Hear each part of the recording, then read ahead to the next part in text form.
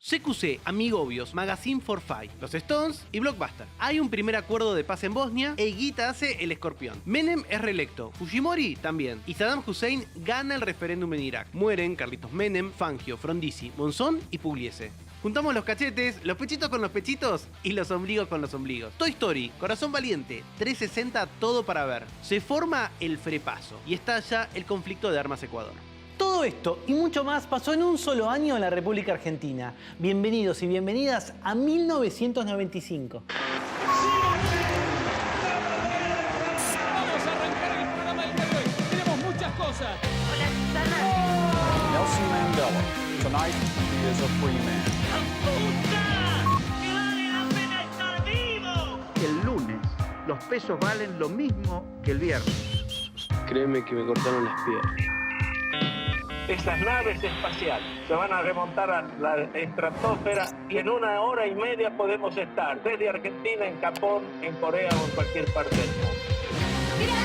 ¡Habla la dramaticidad! ¡Te gustan papas fritas y...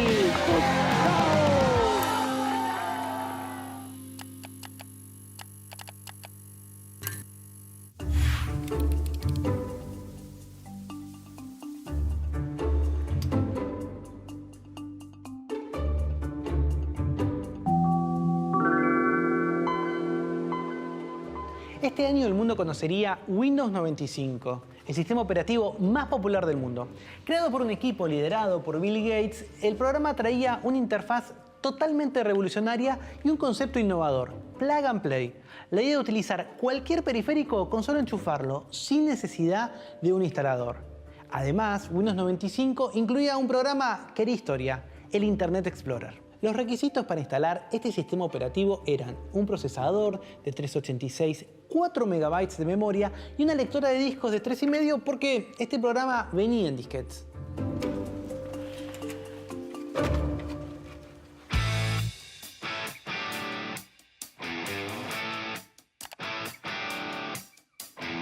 The official release of Windows 95 felt more like Academy Awards night than the launch of a new operating system.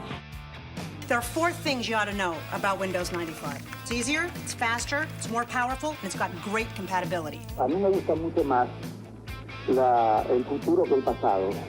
El futuro tiene sueños. El Internet y todo este sistema sirve más para el futuro. What kind of skills people will have to develop in the next decade? Learning computers and understanding what it can do as a tool, that'll be very, very important because no matter what profession you're in, the computer will be a very, very important element. Sin embargo, aunque hoy no lo parezca, la aparición de esta herramienta preveía un futuro que cambiaría las formas de estudiar y de trabajar. Con el 1 a 1 como herramienta para tener tecnología y los viajes como manera para generar contenidos, una nueva generación de jóvenes se animó a tener sus propias productoras. Intendente, feliz primavera. ¡La puta que vale la pena estar vivo! Esto es Caiga. ¿Quién caiga? Cuatro Cabezas, en realidad había un piloto previo que era del Rayo y justo empieza América, Erneikian compra América. Y me llama para ver si podía ser parte de la programación. Entonces le decimos que tenemos el Rayo, le mostramos el Rayo. Me dice, no, yo quiero que vuelva usted. ¿Tiene algún programa?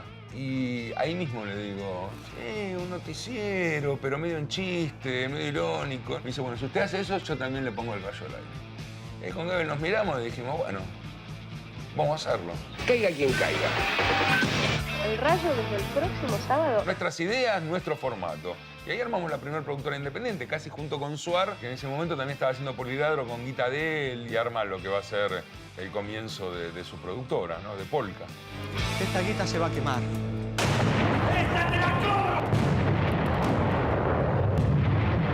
Empezaban a cambiar algunas cosas para bien. Para mí todo el arranque de Polka estuvo buenísimo porque veníamos de una televisión muy acartonada, estaba un poco vieja, ¿no? Como la telenovela, y con Poliladro, Ni Verdad Consecuencia, después Gasoleros y después todo se sumó.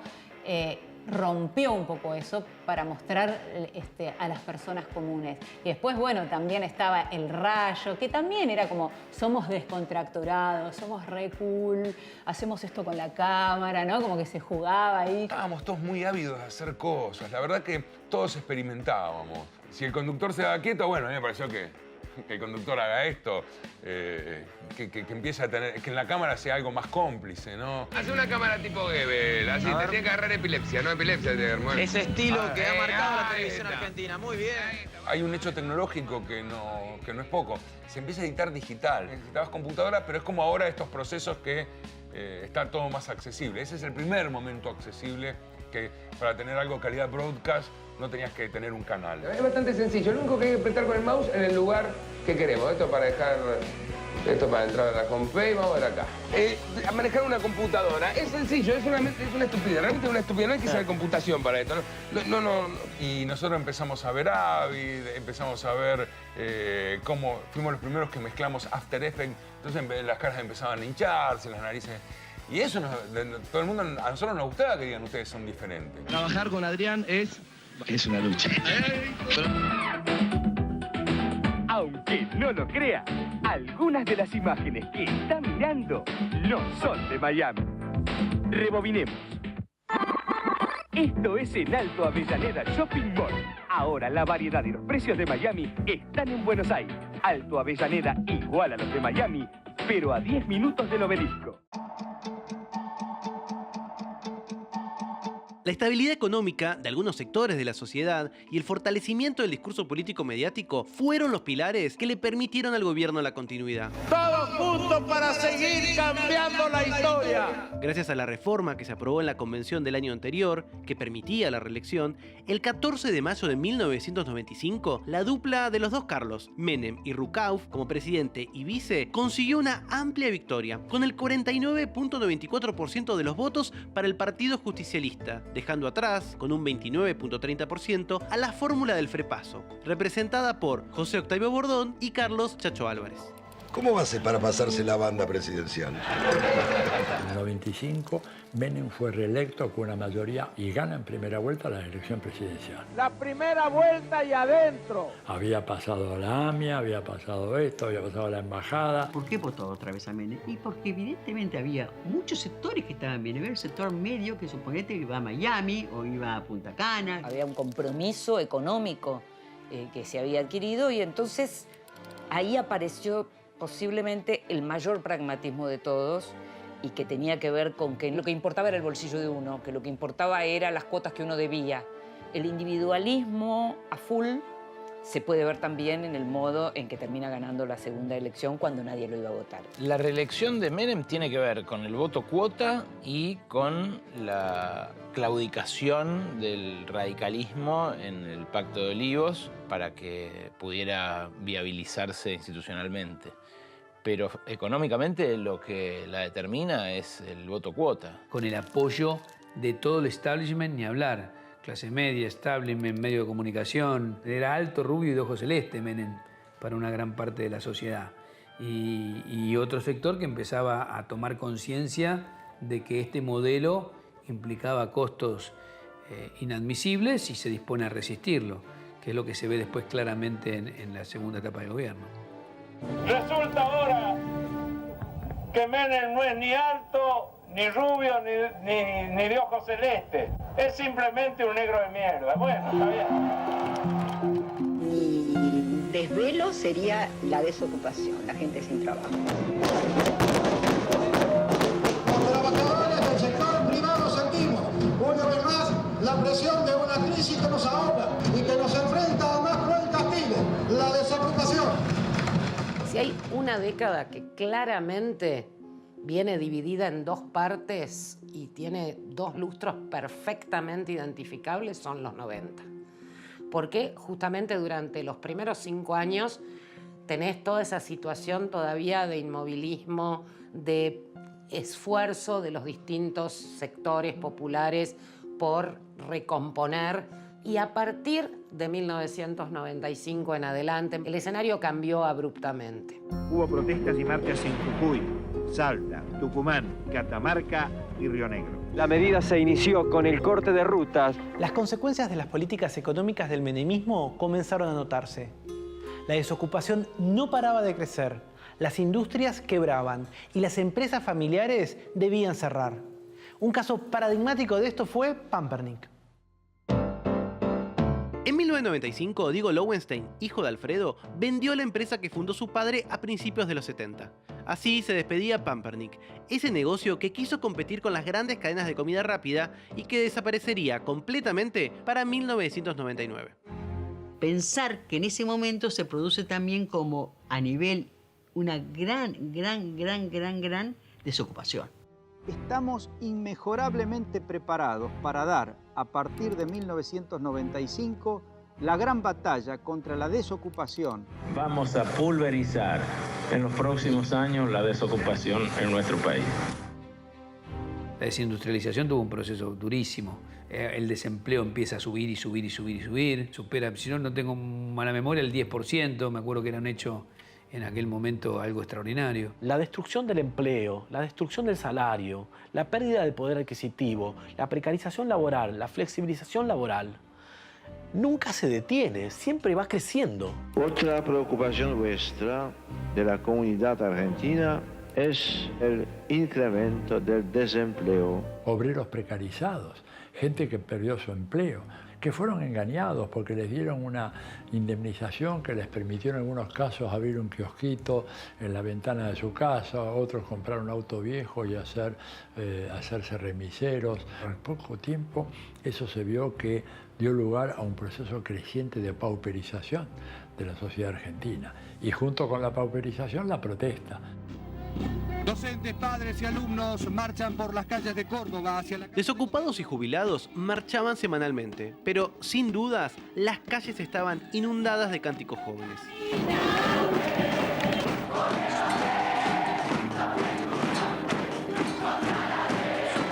En medio de la reelección presidencial, estudiantes y docentes tomaron más de 20 universidades y realizaron las movilizaciones más importantes desde el retorno de la democracia en rechazo a la ley de educación superior que violaba la autonomía y el cogobierno universitario. El movimiento estudiantil, la comunidad educativa universitaria, fue un actor relevante, en efecto, porque la universidad fue objeto de políticas que, para simplificar, podemos llamar de ajuste. Con la Ley Federal de Educación, una nueva educación ya está en marcha. Nosotros estamos en contra de la Ley Federal de Educación y la privatización de la educación pública. Esta ley continuaba las leyes de transferencia de servicios de 1992 y la de educación superior de 1993, como parte de las reformas neoliberales impulsadas por el Banco Mundial y el FMI, que proponían que la educación no fuera un derecho, sino un servicio de consumo. Creo que fue un momento de mucho debate con respecto al tema de educación. Y además pensar que también el sector estudiantil universitario empieza a retomar todo un tema de la lucha por la educación pública en la Argentina.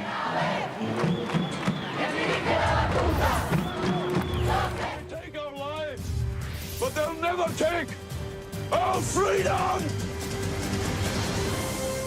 Mel Gibson, Braveheart.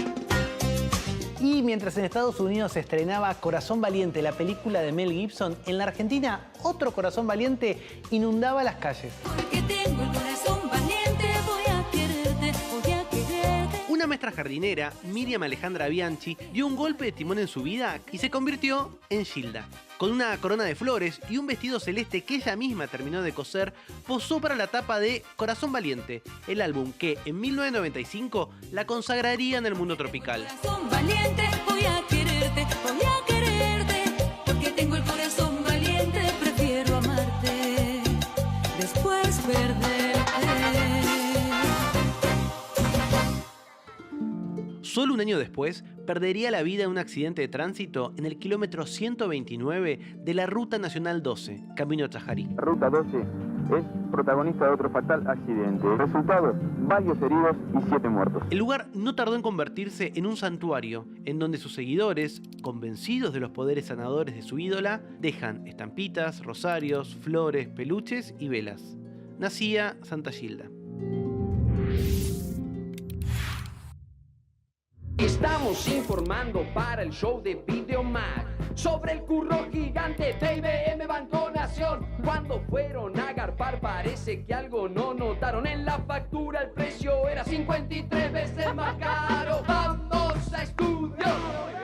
En 1995, mediando la década, con una reelección ganada y bastante tiempo extra para gobernar, los casos de corrupción ya nos ocultaban demasiado. IBM Banco Nación fue sin duda el caso de corrupción más resonante del periodo menemista. Una investigación que dio como resultado anomalías en contrataciones directas realizadas por la DGI y la empresa IBM para informatizar el organismo estatal. Yo creo que se necesita la presencia del ministro Cavallo lo antes posible para que venga a aclarar estos contratos, porque él firmó los decretos de necesidad y urgencia con que hicieron estas contrataciones. Yo fui absolutamente engañado por los hermanos Dadone. Empresarios y funcionarios fueron implicados en coimas por 21 millones de dólares que realizó IBM para asegurarse la adjudicación del denominado Proyecto Centenario, destinado a informatizar 525 sucursales del Banco Nación.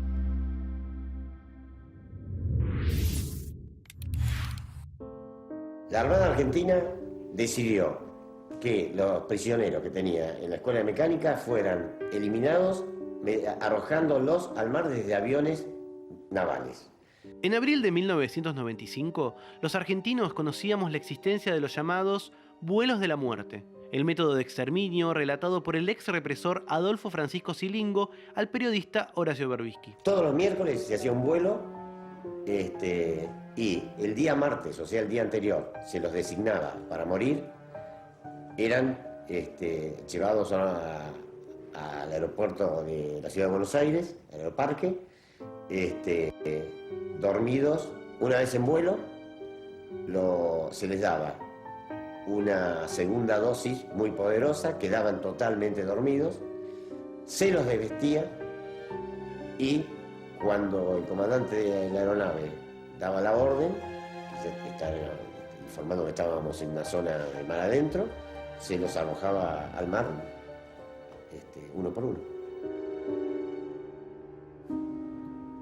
Cuando Berbisky descubre los vuelos de la muerte, que fue tan atroz que no podíamos creer, no era una cosa pasajera y una cosa de un día, no, era una metodología. Y después cuando lo vemos en televisión, a Silingo, era una cosa tan terrible ver que los relatos eran tan fríos, tan indiferentes, fuera de todo el ámbito de dolor que teníamos.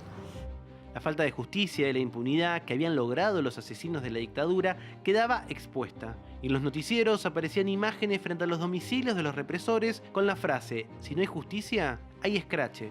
De Hijos, la Organización de Derechos Humanos por la Identidad y la Justicia contra el Olvido y el Silencio, fundada el 3 de noviembre de ese año.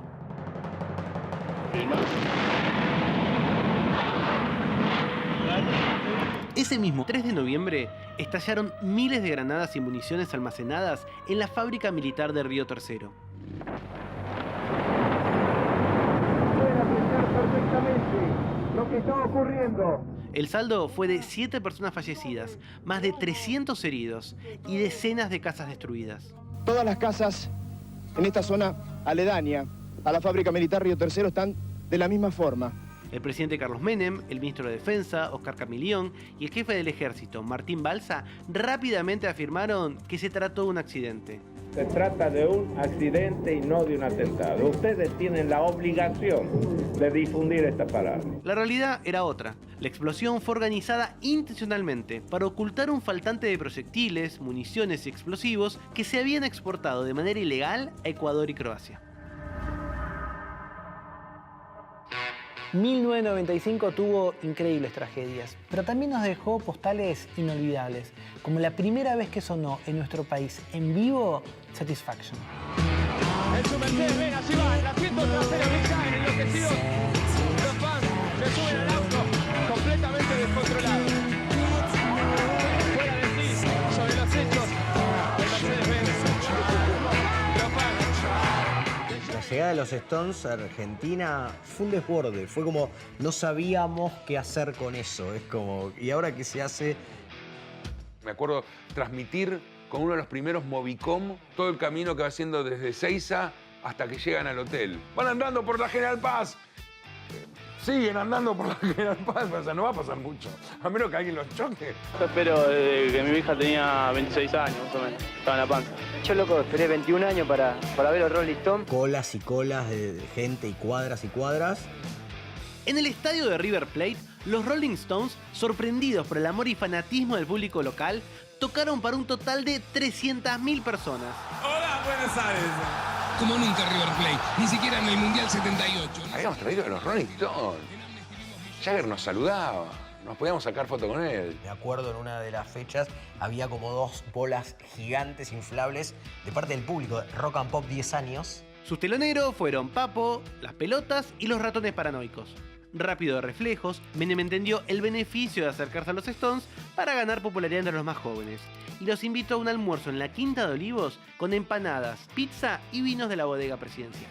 Yo creo que todos cumplimos un poco un sueño. La fiebre Stone, que ellos no entendían mucho tampoco, porque hay una cosa como un fenómeno social acá con los Stones raro. El concepto de rolinga no existe en ninguna otra parte del mundo.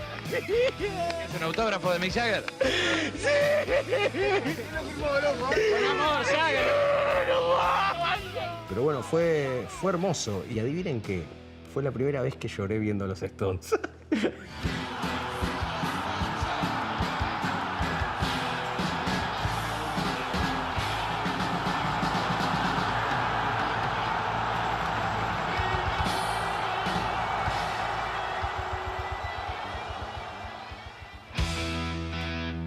1995 no fue un año más en la década del 90.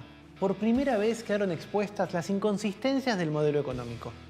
La crisis del tequila obligó a tomar más deuda y la desocupación voló por las nubes.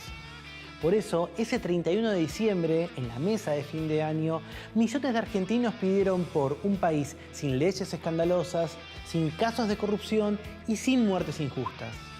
¿Se habrá cumplido? Te lo cuento el año que viene.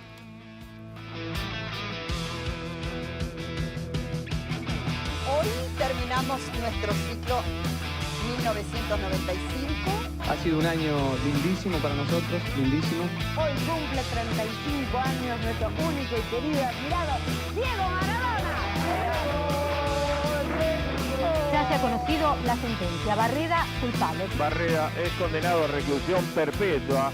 Usted verá la otra autopsia de un ET. Pura ilusión. Absolutamente pura ilusión. Encuentro virtual en 0600-12345, lo más novedoso de los 90 en tecnología, lo más cercano a la realidad en citas. Caballos Salvajes, película argentina seleccionada para competir en los Oscar 95. Los dientes te los tenés que cepillar muy bien, para adentro, para afuera, eso es muy importante.